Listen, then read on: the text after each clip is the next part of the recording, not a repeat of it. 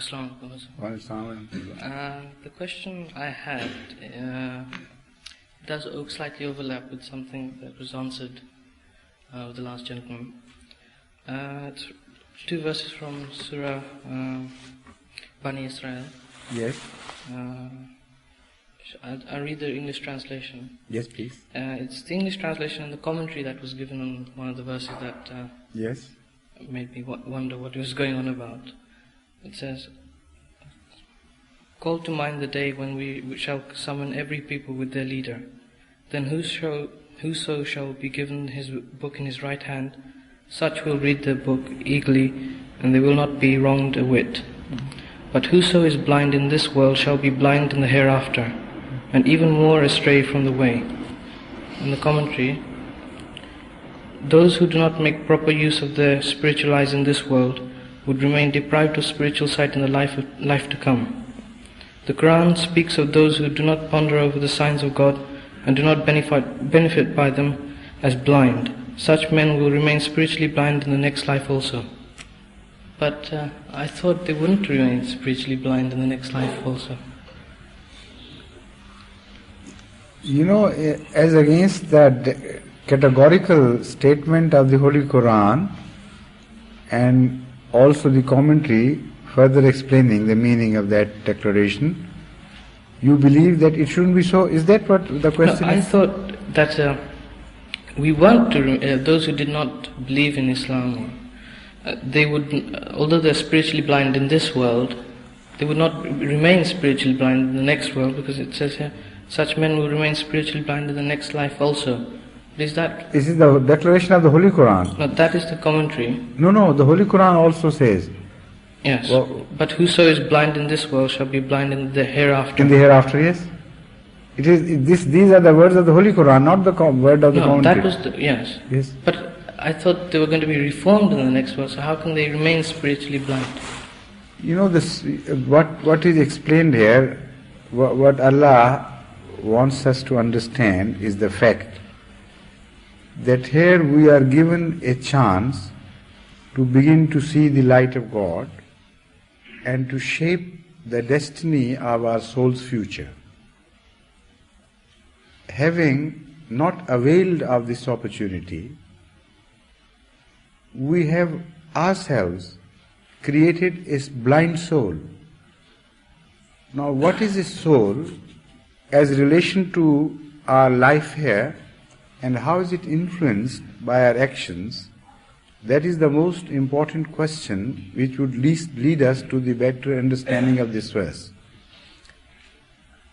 Now you have raised this question, so I'll have to deal it in depth now. Otherwise, you will not be able to understand it in yeses or noes. So, when we receive a message of God and we do not follow it and reject it, we begin to turn for baser pleasures at the cost of some higher pleasures. We do not acquire the taste for those higher pleasures. The result is that we go on traveling downhill to coarser and coarser materialistic pleasures, and ultimately we lose entire taste of what is spiritual. In a crude form of explanation, of illustration, I can say that if some people are fond of music and the pop music and the most modern materialistic type of music and things, he develops a taste for that music, and if he happens to also be a Muslim, he gradually shifts away from the taste of listening to the Holy Quran to that of this carnal taste. I call it carnal as compared to that spiritual. The same is true of the followers of the Bible. Those who believe in Jesus Christ, sometimes they take pleasure in reading His Word. But when they are driven far away into the materialistic pleasures, they sometimes lose touch so that ultimately the sense of deriving pleasure from the word of Jesus Christ dies out completely and withers out. The result is that no longer can they enjoy the word of God as they understand it, and the very cells, spiritual cells which are responsible for these pleasures, wither away. So this is the time of developing the spiritual taste for those particular things.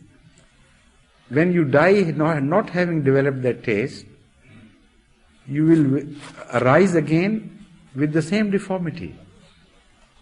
It is like having been born without an organ, having been born without a faculty. If somebody has become blind later on in one's life, some cure could be sought.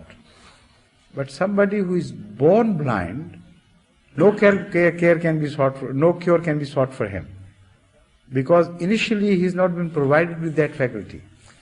So compare this period of our life, which we call the first period of our life, as against the latter period after death. This is very similar to the period of an embryo in the formative stage in the belly of his mother. If he does not develop certain organs or certain faculties during that formative stage of 9 months, when he is delivered as a baby, he would remain deprived of those faculties.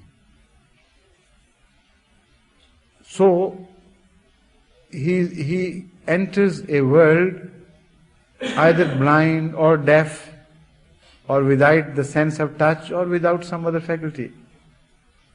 Sense of heat, for instance. This is exactly what we do to our souls. And this is what to which Allah is pointing out. That if you cease to see the beauty of godliness, if you cease to enjoy the sight of Allah as you imagine Him to be, and you take pleasure in nearness of Allah and begin to see the spiritual values, then ultimately your cells will die out and you will become totally blind. Those who are totally blind, they would rise in the next world as totally blind. But there are many stages between the people with full sight and the blind. There are some with lesser vision, some with partial blindness, some with color blindness, and so on and so forth. So it doesn't mean that all the infidels, or those who do not believe in the messenger of God, will be born totally blind. Not so. Some of them would have partial blindness. Some of them would of course have total blindness. But those who have not acquired any taste for all that is godly whatsoever, how can they suddenly develop those muscles and those cells and those glands in terms of material terms, or those organs like eyes, out of nothing? That is hell. That in fact is the hell which is described here in this verse. God will have become closer. So those who have drawn pleasure in this world, seeing the light of God, when those curtains are lifted, which are between us in this world and God, not entirely, but to some degree in the next world, we will enjoy the sight much more. Like looking at some beautiful object from behind the curtain, through which the light is not totally blocked, but it is partially blocked. You see certain features which appear attractive to you, and that is also good. But you have a craving to see the entire face if that beauty enamels you and attracts you too much. So imagine when the face is lifted, that is the heaven of sight. When the veil is lifted, that is the heaven of sight. So comparing this with our relation to Allah, here if we have begun to see Him and enjoy Him, enjoy seeing Him, and this I use in the spiritual terms of course, after the death, when we're reborn, we'll see Allah with less veils in between, with comparatively more manifestation of Allah's beauty. So because we will have developed a taste already, so we'll enjoy that so much. That is heaven. And when Allah has become closer to us and we have not enjoyed the taste for God, that closeness of Allah would become a hell to those who are blind. Like, again, I draw your attention to that comparison between television and the Word of God. If somebody has developed a very strong attraction towards worldly music in television and radio, and then he is made to listen all the time to the recitation of the Holy Quran and mullah speeches, and also the recitation of New Testament by the church fathers, that would be a hell to him. What a punishment. He has no taste for these things, and all the time this is constantly, and so boringly fed upon him. Thrashed upon him. I know many people in Pakistan who have stopped seeing television ever since the mullahs have made their appearance so, abundant. So, if you have no taste for God and you run away from Him in this world, and there He is, closer, that would be a punishment for these people. So the same thing, in reality, would decide the fate of somebody's hell and somebody's heaven. This is why the Holy Quran tells us that heaven extends the whole universe. And also when the Holy Prophet of Islam declared that the hell also covers the whole universe, the companions were flabbergasted. They were surprised. They said, if the entire universe is covered with heaven, where the hell is? And the answer was, the hell also covers the entire universe. So they said, how come it? The Holy Prophet told them that it is so, but you can't understand. This is the meaning. No separate spaces are required for hell and heaven. Only the attitude of people would decide which is hell and which is heaven. Hazrat Masih Maud in his book, The Teachings of Islam, has made it most beautifully clear by drawing our attention to one illustration. He says that if somebody is very thirsty, is almost dying of thirst, and he requires liquid as well as some food as energy, some solid food as well.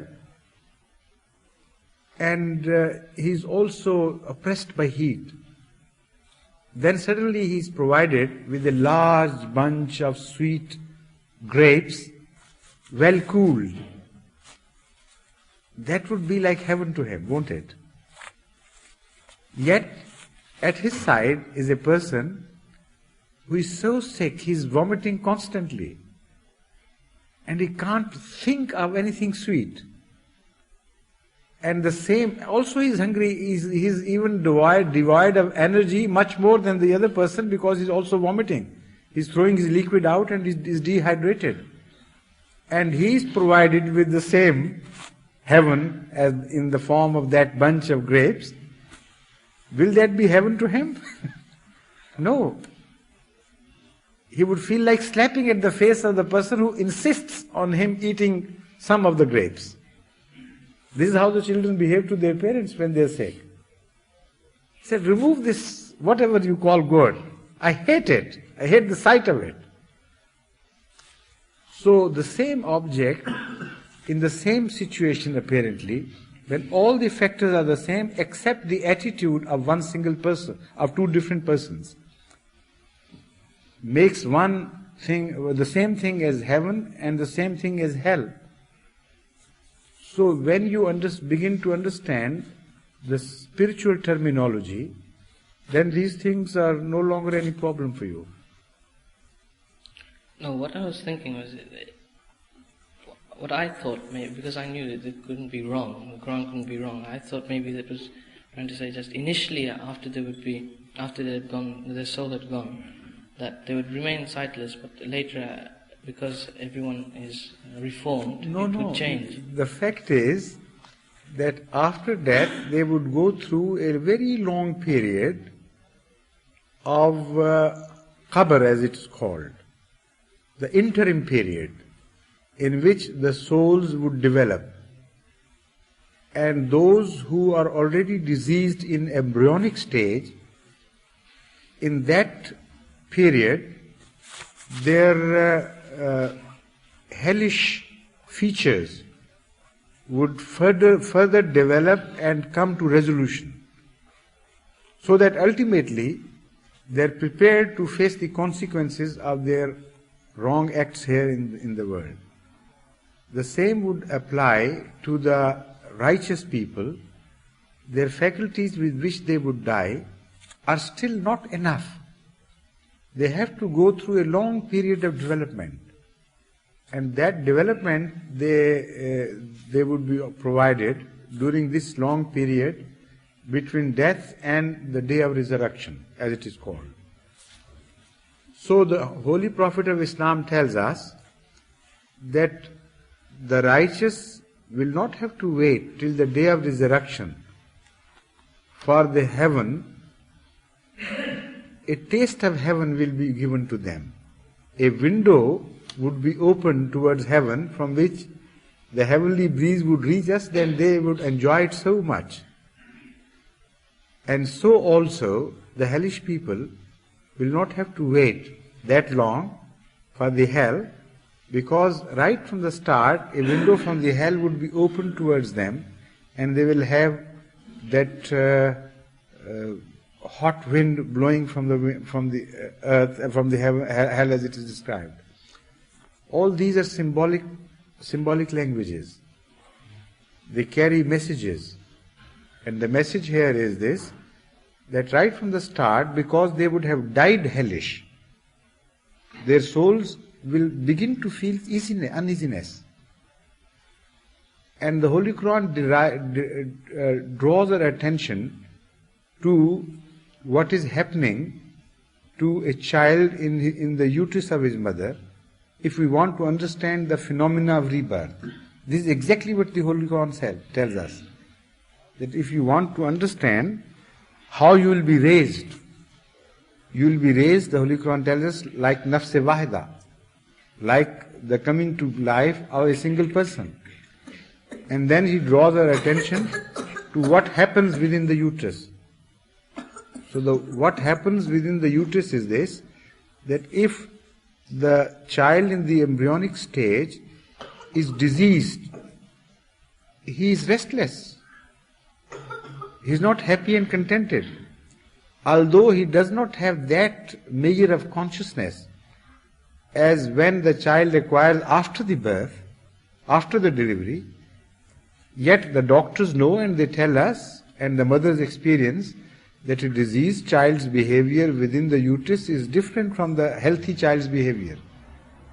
And that behavior also tells upon the mother's mood. And so, the same thing, or things of similar nature, would happen to the souls of the righteous as well as to the souls of the unrighteous people. So to conceive of a revival as you have conceived earlier is not according to the dictates of the Holy Quran. No, I thought they'd pass through a stage initially, and then final stage they would be turned towards Allah. So that is the final, of course. So if they are developing blindness, by the time they are raised, they will be totally blind. If they are gaining sight, by the time they reach that end, they would have gained the sight clear and beautiful. Thank you. Thank you.